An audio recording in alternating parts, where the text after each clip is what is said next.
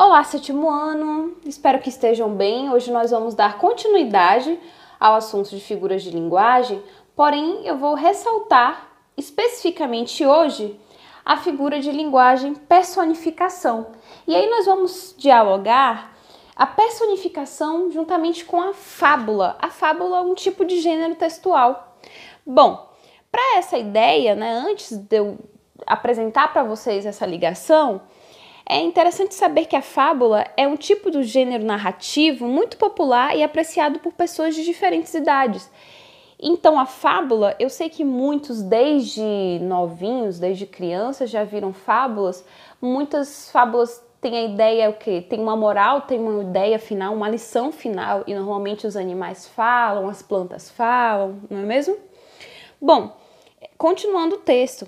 Nascida da tradição oral, estudos que indicam no Oriente, por volta do século V a.C., o próprio nome remete a histórias contadas e passadas de geração em geração.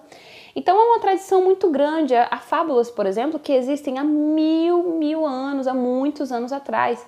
E até hoje ela é contada.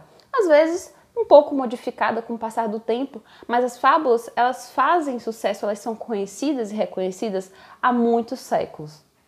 Tudo bem?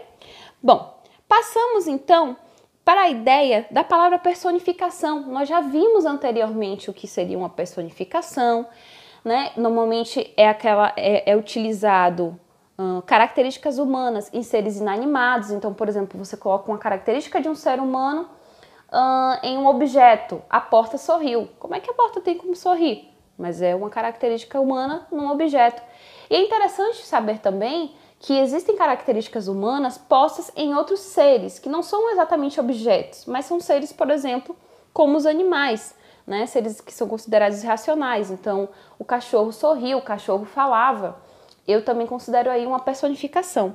A palavra personificação, vamos dar uma lida aqui, ela deriva do verbo personificar, possui uma origem latina, ou seja, gente, o latim, olha, ele existe há muitos anos. Ela é formada pelos termos de persona, ou seja, uma pessoa, uma face, uma máscara. E o sufixo são, lembra que a gente já viu o sufixo, ele vem depois do radical, que denota ação, ou seja, significa ao pé da letra. A ideia de fato, quando a gente fala personificação, é de uma pessoa mascarada. Então, pessoa mascarada dá ideia muito, de que ela foi e pegou uma característica de alguém, você colocou uma máscara, não é exatamente você. A gente pode também pensar dessa maneira.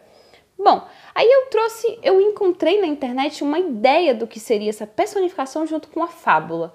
E achei o seguinte: as fábulas são pequenas histórias que geralmente têm animais como personagens, objetos e plantas. Esses falam e comportam-se como seres humanos. Legal aí? Aí embaixo vem: a essas atribuições de capacidades humanas a outros seres ou coisas chama-se de personificação. Olha que legal. Então nós temos a ideia, já temos agora a noção de que na fábula existe-se o quê? A personificação também, porque são animais com características humanas. Trouxe aqui alguns exemplos para vocês. O cachorro dizia a todos seus amigos animais para fazerem silêncio. O gato disse ao pássaro que tinha uma asa partida. Claro que os animais se comunicam, têm a sua própria linguagem.